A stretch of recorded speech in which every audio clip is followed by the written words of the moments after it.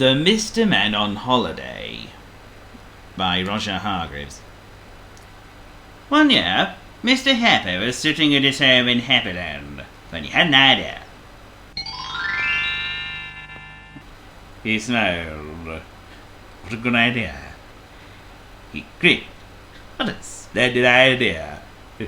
He chuckled. What a wonderful idea. And then he laughed out loud. And what is this splendid idea? Why, to go on holiday with all the other Mr. Men. That's what. Brilliant. So that day, Mr. Happy spent all day writing letters to the Mr. Men. Can you tell which one is which? Mr. Grady was at home having lunch. Mutton chops and peas. 14 mutton chops and 999 peas. A little light lunch. There was a knock on the door. "Oh, bother," muttered Mr. Grady with his mouth full. He didn't like to be interrupted while he was doing something important. It was the postman with Mr. Happy's letter. Mr. Grady read the letter while he finished his lunch. A holiday sounds fun, he thought. Just so long as there's plenty to eat wherever we go. So after lunch, in the half an hour before tea, Mr. Grady replied to Mr. Happy. And after tea, just before dinner, he went out to post it. Mr. Silly was at his home in Nonsense End when his letter arrived. "Oh, goody!" said Mr. Silly, and opened the letter and read it and ate it. "Delicious!" he said. "I like letters." How silly. Mr. Forgetful was doing the gardening at Forget-me-not Cottage when his letter arrived. He had to read it 10 times because he kept forgetting what it said. "Dear Mr. Forgetful, would you like to go on holiday?" Was I supposed to read this again? Mr. Topsy-Turvy was watching television when his letter arrived. "What a letter, Funny," he said, looking at it. "It's written upside down." So he stood on his head to read it. Not all the Mr. Men could go on holiday with Mr. Happy, but the ones who could decided to go to a hotel in a town called Seashore. And you're looking at it. Rather nice, isn't it? Mr. Arthur Loaf, the manager of the hotel, was in a terrible rage. "What do you mean you haven't enough food?" he shrieked at the hotel chef. "I have some very important people arriving at any minute now, if sooner, and you dare to tell me you haven't enough food?" The French chef shrugged his shoulders, as French chefs do. "Ah, sacre bleu." The first very important person to arrive is Miss Nosey, of course.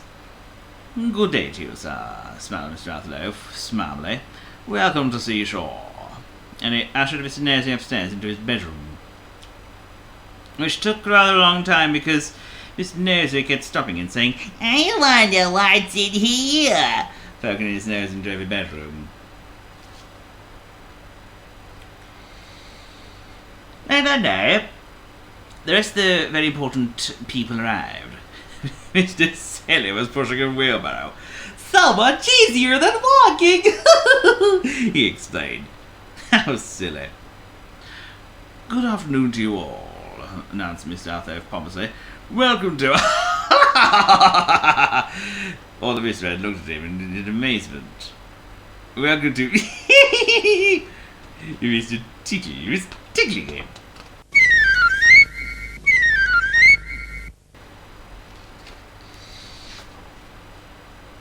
Then all of his men went out to their bedrooms.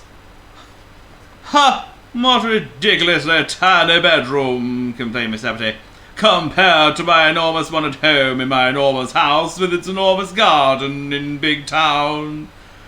"What a quiet room!" boomed Miss Noisy, making it a not very quiet room. "Where's the dining room?" asked Mr. Well, I'm sure you can guess which Mr. Man would ask a question like that, wouldn't you?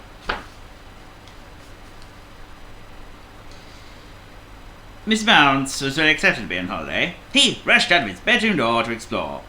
Mr. Bump was very excited to be on holiday too. He too rushed out of his bedroom door to explore. Mr. Bump bounced into Mr. Bounce, who bounced off Mr. Bump. Sorry, exclaimed Mr. Bump.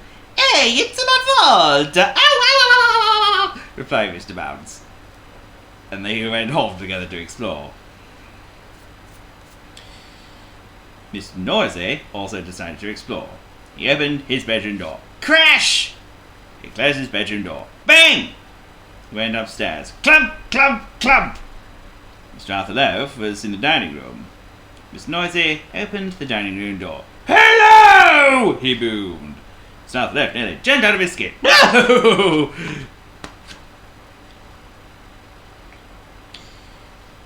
That evening, when all the Mr. Men sat down to dinner, Mr. Arthur Loaf was a worried man.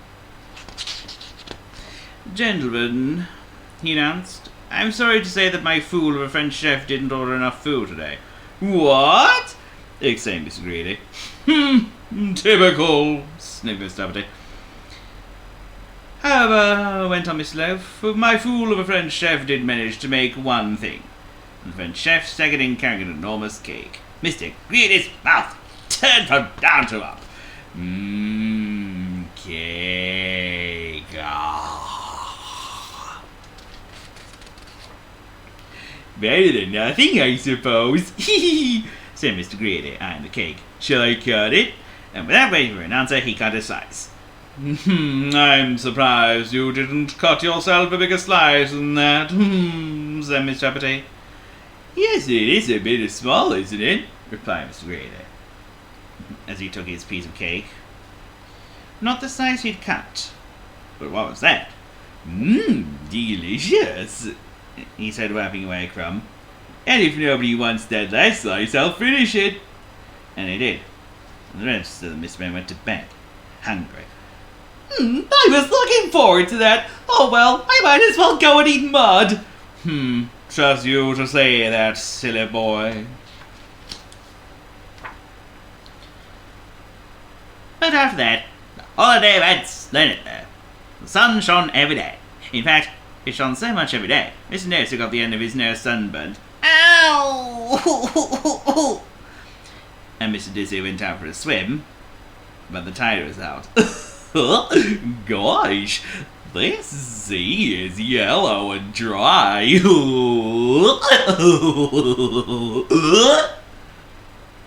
And Mr. Funny and Mr. Silly built the silliest, funniest sandcastle you ever saw. And everybody was just like Mr. Happy apart from two people.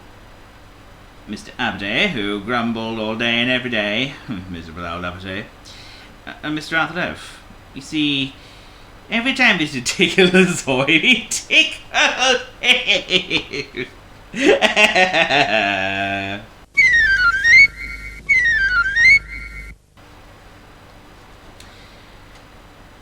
And one day, all the Mist Men went out to sea in a boat. This is Captain Uppity speaking. Steady as she goes now. Gosh, didn't you catch anything, Mr. Silly? Man overboard! This is some fun, huh, Mr. Happy? Oh, yes, it is, Mr. Noisy. I can't keep the ground on my feet. I'm just hanging around here. Oh, this is brilliant. Don't worry, Mr. Bounce, I got you. I'm gonna catch a whale of a fish. Is there really anything in this sea, Mr. Strong? It's me, Mr. Nosy. The only thing to go wrong on the holiday was when the Misty Men went for a long walk along the cliffs one evening. Cliffs in the evening can be very dark places.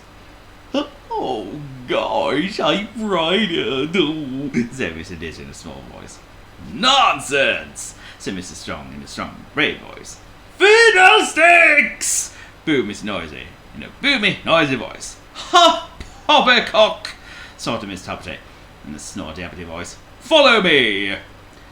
But did Mr. Uppity know the way back to the hotel in the dark? No, he did not. and they were all lost. Oh, where's Dizzy? Oh.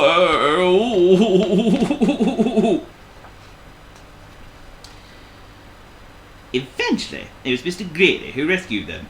Chicken, he suddenly said out loud. Roast chicken. Everybody looked at him. Where? They all said. And roast potatoes, went on Mr. Grady. Where? Everybody said. And gravy, added Mr. Grady. Where? Everybody shouted. Follow me, replied Mr. Grady, and led them back to the hotel. And for dinner that evening they had roast chicken and roast potatoes and gravy. Mr. Grady had 9 helpings, and he went to bed that night feeling very pleased with himself, and feeling something else as well. Fat. Like all good things, the holiday came to an end. I'm glad you all came on holiday with me. Woo! said Miss Peggy's suitcase. I enjoyed it, said Miss Nosy, looking into Mr. Happy's suitcase. So did I, said Miss Silly, unpacking his suitcase. And so did we all, said the other Mr. Men. Apart from one. They all looked at him, miserably old uppity. It was all right, I suppose, he grudgingly agreed. It was better than all right, said Mr. Grady, seizing the French chef by the hand and shaking it. It was delicious. Oh, I'm glad you'll think so, mon ami. Goodbye, everybody, called Mr. Arthur. I'm glad you all enjoyed your... All the Mr. Men looked at him. He tried again. I hope you have a good journey. Oh, he giggled. Can you guess which Mr. Man was saying goodbye to Mr. Arthur? Somebody needs a tickle.